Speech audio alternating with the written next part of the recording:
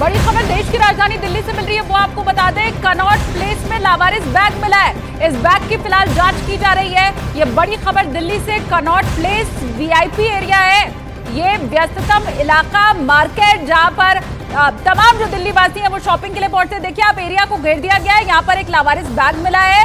अब इस बैग में क्या बॉम्ब तो नहीं है, क्योंकि जब भी कोई लावारिस बैग मिलता है तो सबसे पहला अंदेशा जो आसपास लोग होते हैं उन्हें यही होता है। न्यूज़ 18 इंडिया के आनंद तिवारी मेरे साथ जुड़ गए हैं। आनंद, अभी क्या जानकारी है लावारिस बैग को लेकर?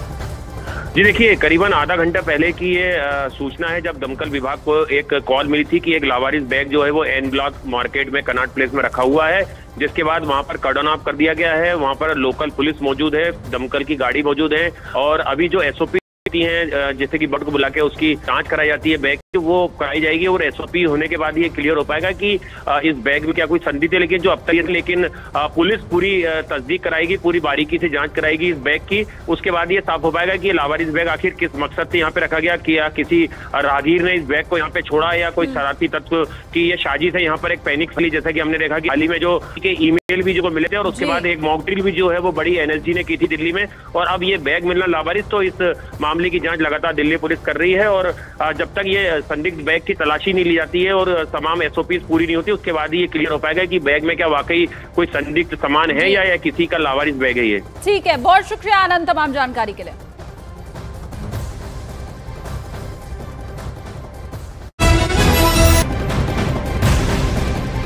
लोकसभा चुनाव के बीच एआईएमआईएम चीफ असदुद्दीन ओवैसी का विवादित बयान सामने आया है। उन्होंने न्यूज एजेंसी एएनआई से बातचीत में आज के भारत की तुलना तानाशाह हिटलर के युग से की है। इतना ही नहीं, एएनआई को दिए इंटरव्यू में उन्होंने भारत में मुसलमानों की स्थिति को हिटलर के युग के समय जर्मनी में यहूदियों जैसा बताया है। असदुद्दीन ओवैसी के इस बयान पर बीजेपी ने बड़ा पलटवार किया है। बीजेपी ने ओवैसी पर धर्म के नाम पर राजनीति करने का आरोप लगाया है। भारत में आज जो पोजीशन है मुसलमानों की, वो 1930 के हिटलर के जमाने में जो यहूदियों से जो हरकतें होती थी वही स्टेज पे है। इधर असदुद्दीन ओवैसी के विवादित बयान पर बीजेपी ने जोरदार पलटवार किया है। उनके बयान को नफरती करार दिया है।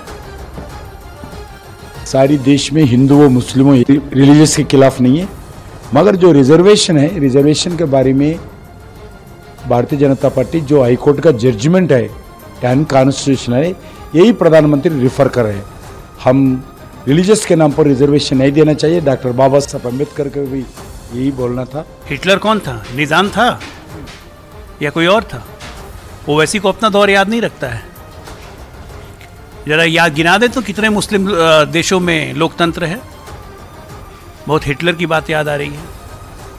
इतनी ही हिटलर शाही है तो इतना बोल कैसे पा रहे हैं? अगर हिटलर शाही होती तो वैसे ही इतना बोल पाते? पहले तो ये खुद से पूछें सवाल, उसके बाद ये सब बयान दें। इधर कांग्रेस नेता ओवैसी के बयान का समर्थन करते दिखाई दे रहे हैं, तो वहीं यूपी के मंत्री ओम प्रकाश राजभर ने ओवैसी को मुसलमानों का दुश्मन करार दिया है। प्रधानमंत्री जिस तरीके के बयानात दे रहे हैं, कम्युनल स्टेटमेंट्स मुसलमानों के खिलाफ, उससे कोई भी आदमी किसी भी तरीके का